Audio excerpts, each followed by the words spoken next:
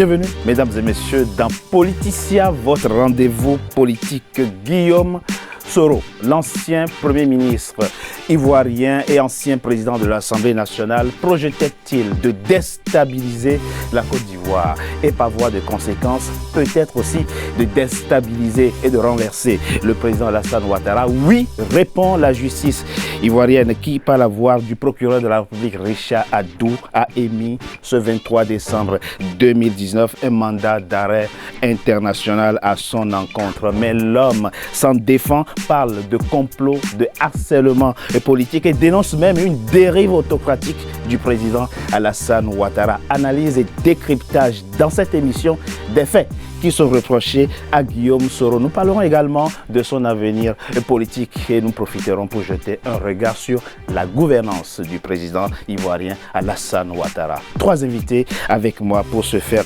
Habib Sanogo, vous êtes le vice-président du mouvement pour la promotion des valeurs nouvelles, porte-parole de GPS Génération et Peuple Solidaire. C'est le mouvement qu'a créé Soro et Guillaume dans la perspective de la présidentielle de 2020.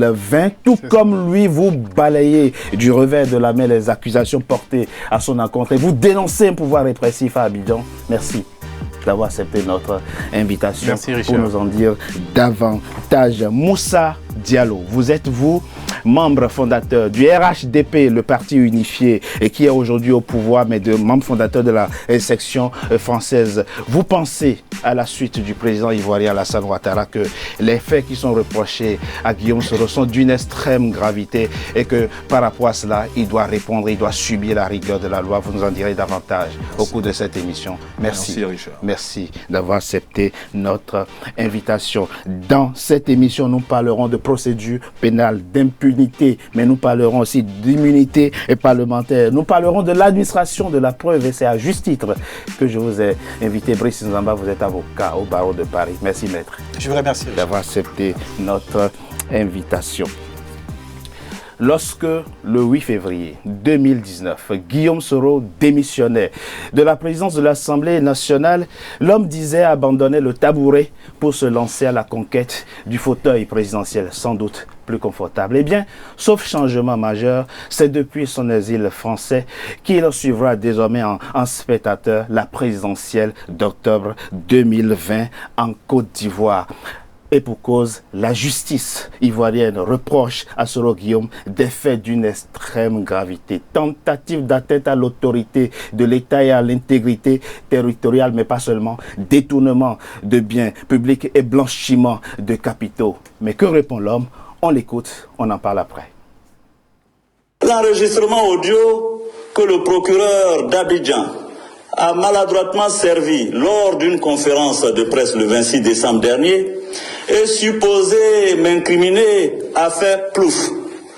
On aura noté qu'à la question d'un journaliste qui demandait des clarifications sur les circonstances de temps et de lieu de perpétration des faits, soi-disant de présomption d'atteinte à la sûreté de l'État, le procureur de la République a répondu « Je ne sais pas ». Au surplus, contrairement à ce que le procureur a affirmé dans sa déclaration liminaire, il ne s'agit pas de propos interceptés au cours d'une écoute téléphonique, mais plutôt d'une conversation qui date de 2017. Habib Sanogo, très rapidement, dans cette émission, nous n'avons pas assez de temps, donc nous irons à l'essentiel et nous essayerons d'être concrets.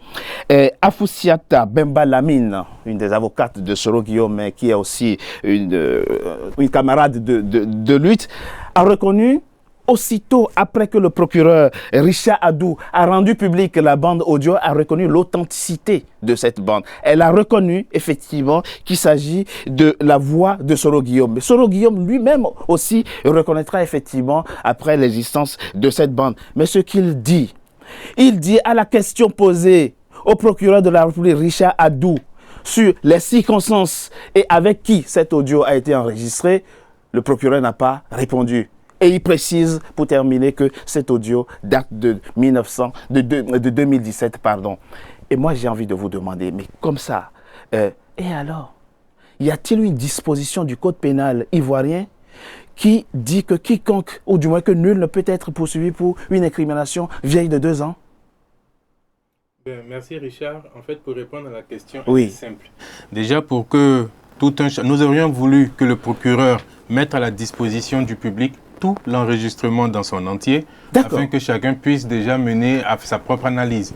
Mais on prend un enregistrement parcellaire et on prend qu'on vient et qu'on brandit, parce que là, ok, il y a des faits incriminants qui sont dits. Bien sûr. Le président Guillaume Soro, en 2017, de par les fonctions, lorsqu'il est approché et qu'on lui dit qu'il y a un complot qui est en cours contre lui, pour mener à bien et pour savoir exactement ce que voulaient ses interlocuteurs, rentre avec eux dans le jeu dans lequel ils pensaient pouvoir le faire prendre. Est-ce que ce n'est pas un jeu dangereux? Habib Sanogo. Il n'y a aucun jeu dangereux dans la mesure où le chef de l'État, dans la mesure où dès l'instant qu'il a interrompu cela, il est allé en informer le président de la République, qui ne l'a pas démenti jusqu'à aujourd'hui. Il en a informé le président de la République, des chancelleries ont été informées également, et donc il n'y a pas de jeu dangereux. C'est pas quelque chose, c'est pas un fait qui s'est passé dans son salon et puis il est resté dessus et en 2020 venir dire ah tiens cela. Le président de la République est encore en vie. On peut aller lui demander est-ce qu'il est informé de ces faits-là depuis 2017 puisqu'il a déjà pris position dans ce dossier. En Côte d'Ivoire, nous avons une séparation des pouvoirs. Les services, la Côte d'Ivoire est un État souverain. Donc on va laisser de côté les services secrets français à qui Soro Guillaume se serait confié. Mais pourquoi n'avoir pas demandé à être entendu par le parquet? Pourquoi n'avoir pas saisi la justice? Pourquoi, même une simple main courante, pourquoi ne l'a-t-il pas fait? Comment le président Alassane Ouattara, il ne représente pas la justice ivoirienne? Je suis dans le regret de vous dire qu'en Côte d'Ivoire, si vous parlez de séparation de pouvoir avec le président de la République qui a annoncé à la télévision que lui, il a demandé à Guillaume Soro, président de l'Assemblée nationale, de démissionner. C'est de cette séparation de pouvoir que vous parlez? Nous sommes dans un pays où l'exécutif contrôle absolument tout, où le président de la République est celui-là même qui dit qu'il a demandé à son procureur d'agir comme il agit. Est-ce qu'on peut admettre une imprudence de la part de Guillaume Soro? Il est le président de l'Assemblée nationale et il s'adonne à ce jeu, ce que vous appelez un jeu. Il est le président de l'Assemblée nationale, une des plus hautes personnalités de l'État. Et il rentre dans ce jeu. Il n'y a pas imprudence. Mais encore une fois, il n'y a aucune imprudence de sa part. Il n'y a aucune imprudence du tout. Ce n'est pas une imprudence parce que dès l'instant que vous êtes là, en tant qu'un être humain normal, quelqu'un vient vous voir et on vous dit qu'il y a une cabale ou un complot qui se prépare contre vous, vous voulez en savoir plus. Il voulait en savoir plus. Quand il a eu tous ces éléments, je le dis encore une fois, il est allé voir le président de la République parce que soupçonnant que ce complot a été mis en place par des personnes dans l'exécutif pour lui demander simplement que tout ça, ça s'arrête. Sans s'imposer la rigueur que ces entretiens se fassent sans téléphone, sans enregistreur. Normalement, pour ce genre de discussion hautement sensible, on exige que tout se passe sans enregistreur et sans téléphone portable. Mais on reviendra sur cette histoire. Diallo Moussa, il y a des faits troublants. Et dans le dossier que nous débattons, dont nous débattons aujourd'hui dans cette émission, Soro Guillaume est présenté aujourd'hui comme un individu hautement dangereux, puisqu'il a essayé d'attenter, en tout cas on lui reproche une tentative d'atteinte à l'autorité de l'État. Donc c'est un individu dangereux. Les faits sont graves. Les faits sont graves, vous faites bien de le préciser. Et justement, le président de la République a eu connaissance des faits depuis 2017. Comment comprendre qu'en juillet 2018, le président Alassane Ouattara demande à l'individu qu'on présente aujourd'hui comme extrêmement dangereux de le rejoindre au RHDP? Richard, merci beaucoup de nous inviter sur ce plateau. Moi, je suis vraiment heureux qu'on puisse parler de long et en large de ce problème Soro. Malheureusement, on n'aura pas tout le temps, donc il faut être concis. C'est ça. Mais je constate déjà que quand vous donnez la parole effectivement à un de ses représentants, vous-même, vous voyez effectivement que la défense n'est pas aisée pour Guillaume Soro. D'accord. L'accusation est grave et on a tendance à vouloir tout de suite banaliser la chose en disant « oui, c'est quelqu'un des services secrets qui donc l'aurait piégé ». Voilà comment on présente la chose. On laisse tomber la ligne de la défense.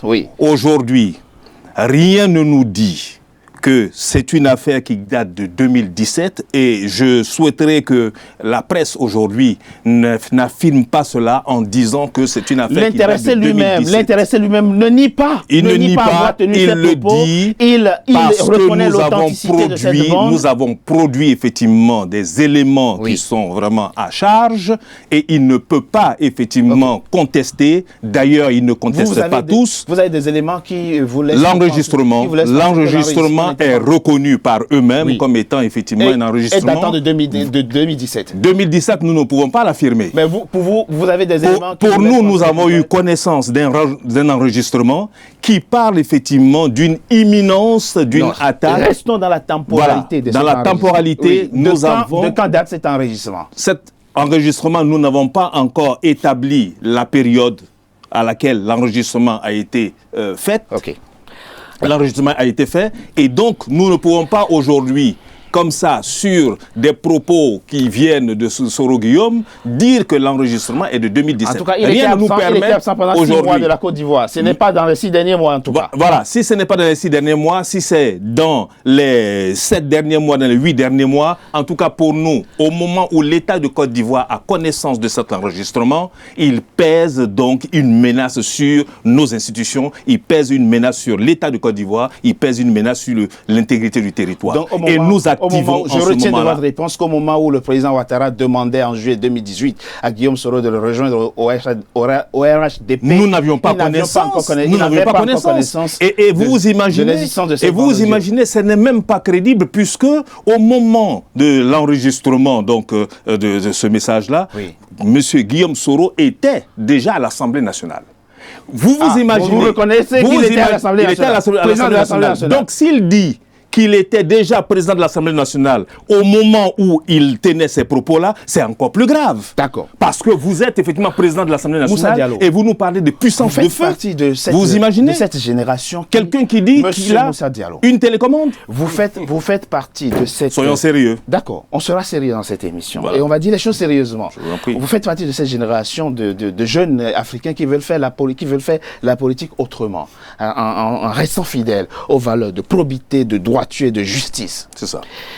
Comment se fait-il que, alors que la justice ivoirienne avait connaissance de l'existence de cette bande audio, c'est précisément le 23 décembre 2019, le jour même où Soro Guillaume allait atterrir en Côte d'Ivoire, que le procureur émet un mandat d'arrêt international? Monsieur Richard, je viens de vous dire que nous n'avions pas connaissance.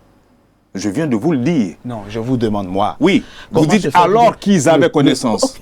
Je vous dis que nous n'avions pas connaissance. Ils ont émis le mandat d'arrêt à posteriori. Le mandat d'arrêt a été émis le 23 décembre, le jour même où Soro Guillaume allait atterrir en Côte d'Ivoire. Parce que, justement, nous venions d'avoir connaissance, effectivement, de ce qui avait été dit, de cet enregistrement. Le procureur le dit très bien. Le 23 décembre, il émet effectivement un arrêt contre un mandat d'arrêt contre effectivement. Donc c'est le 23 décembre qu'il a eu connaissance. C'est le 23 décembre que nous sommes au courant de ces enregistrements et que nous activons donc l'alerte. Voilà, c'est ce qui est dit. Et c'est pour cela que ce n'est pas donc une affaire qu'on doit prendre à la légère. Nous étions effectivement dans une situation d'urgence. Dans cette émission. Brice Nzaba, vous êtes, je l'ai dit, un praticien du droit, avocat au barreau de Paris. Une hypothèse.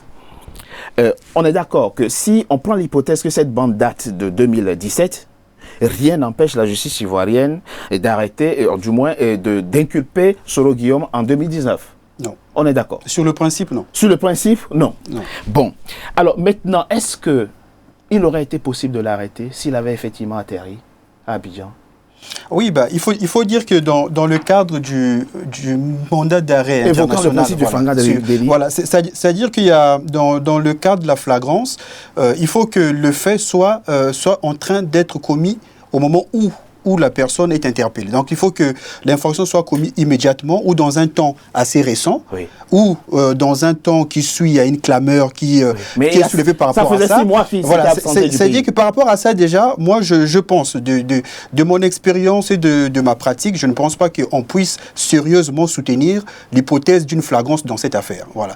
Bon, je pense qu'il faut être aussi sérieux. C'est-à-dire qu'on ne peut pas à la fois dire que M. Guillaume Soro reconnaît les faits qui sont relatés dans l'audio et puis réfuter le fait que lui dise que l'enregistrement a été fait en 2017, mais tout en acceptant le fait que lui il a reconnu les faits, et puis nous dire oui, au même moment il était quand même à l'Assemblée nationale, mais vous imaginez, c'est quand même grave. C'est pas une deal que nous devons faire avec lui quand même. Souffrez que je prospère. Soyons sérieux. Souffrez que je prospère. Mais vous nous dites de faire un deal avec Guillaume Soro, d'accepter ça et de ne pas accepter ça. C'est une question de logique. C'est pas un deal. C'est une question de logique interne à votre discours. Oui. Donc vous ne pouvez pas d'une part dire que M. Guillaume Guillaume Soro reconnaît les faits et donc être sûr que ces faits-là sont avérés puisqu'il les reconnaît. Oui. Et dire d'une part qu'il était à l'Assemblée nationale au moment où les faits se sont réalisés, c'est ce que vous avez dit. Non, j'ai dit s'il le dit, que c'est en 2017, il était déjà à l'Assemblée nationale. Si vous maintenez cette hypothèse, c'est que vous pensez cette hypothèse. Mais je ne reconnais pas que c'est en 2017. C'est une hypothèse que vous soulevez, monsieur. Ah ben voilà, donc alors devant les tribunaux. C'est-à-dire qu'à partir de ces moments-là,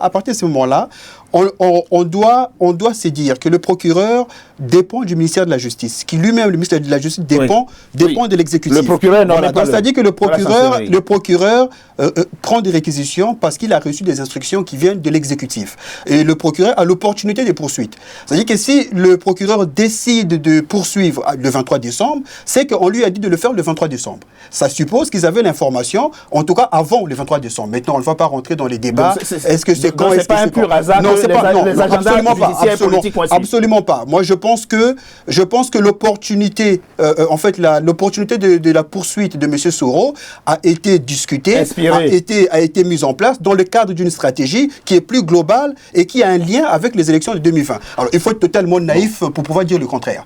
Je voudrais... Non, avant, il répondrait à M. Diallo, répond très rapidement. Là, je dois vous dire qu'effectivement, vous êtes en train de prendre pour argent comptant et donc je doute de votre vraiment impartialité. Vous prenez pour argent comptant tout ce que Guillaume Soro vient de dire. Ah non. S'il dit que ça date de 2017, vous dites oui, ça date de 2017. Je vous dis, monsieur, dans tous les cas, ça date d'avant le 23 décembre. On est d'accord? Si ça date d'avant le 23 décembre. Donc c'est évident. Ça peut dater du 22, ça peut dater du 23 matin. Ah, mais c'est que moi je vous dis, monsieur, je vous dis, dans tous les cas, ça ne date pas du 23. Ça peut dater du 23 matin, au matin. Ça ne date pas du 23. Ça peut dater du 23. Mais vous ne pouvez pas l'affirmer.